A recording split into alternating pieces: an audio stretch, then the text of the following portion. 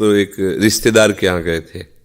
गर्मियों की छुट्टी में बच्चे जाते हैं ना अपने संबंधियों के यहाँ, 1 महीना की छुट्टी होती है, तो वही घूमने का अवसर मिलता है, तो परिवार के सदस्य जन छूट दे देते हैं, बहन के यहाँ, मौसी के यहाँ, मामा के, ऐसे।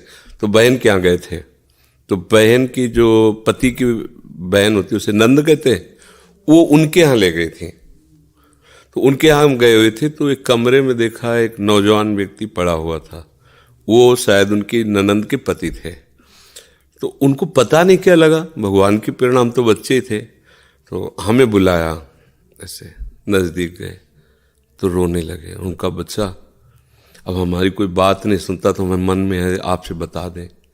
तो शायद हमें भगवान उदाहरण देना चाहते होंगे, इसीलिए सुनवाया होगा, नहीं तो हम बच्चा थे, उनका कोई सपोर्ट तो कर ही नहीं सकते थे।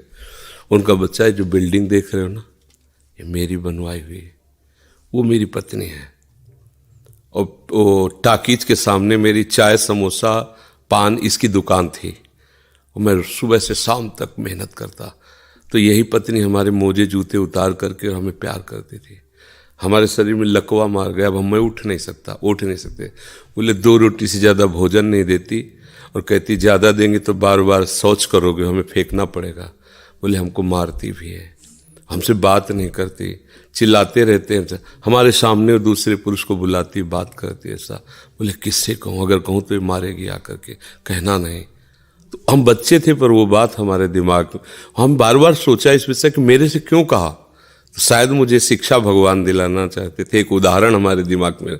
देखो ये वो बता रहा है कि जब मैं कमा के आता था तो मेरे जूते मुझे उतारती थी, मुझे प्रेम करती थी। आज वही पत्नी है, मेरा ही सब वैभव है, मुझे रोटी भर पेट है, क्योंकि लकवा मार गया, शरीर बेकार हो गया, अब वो पड़ा ऐसे।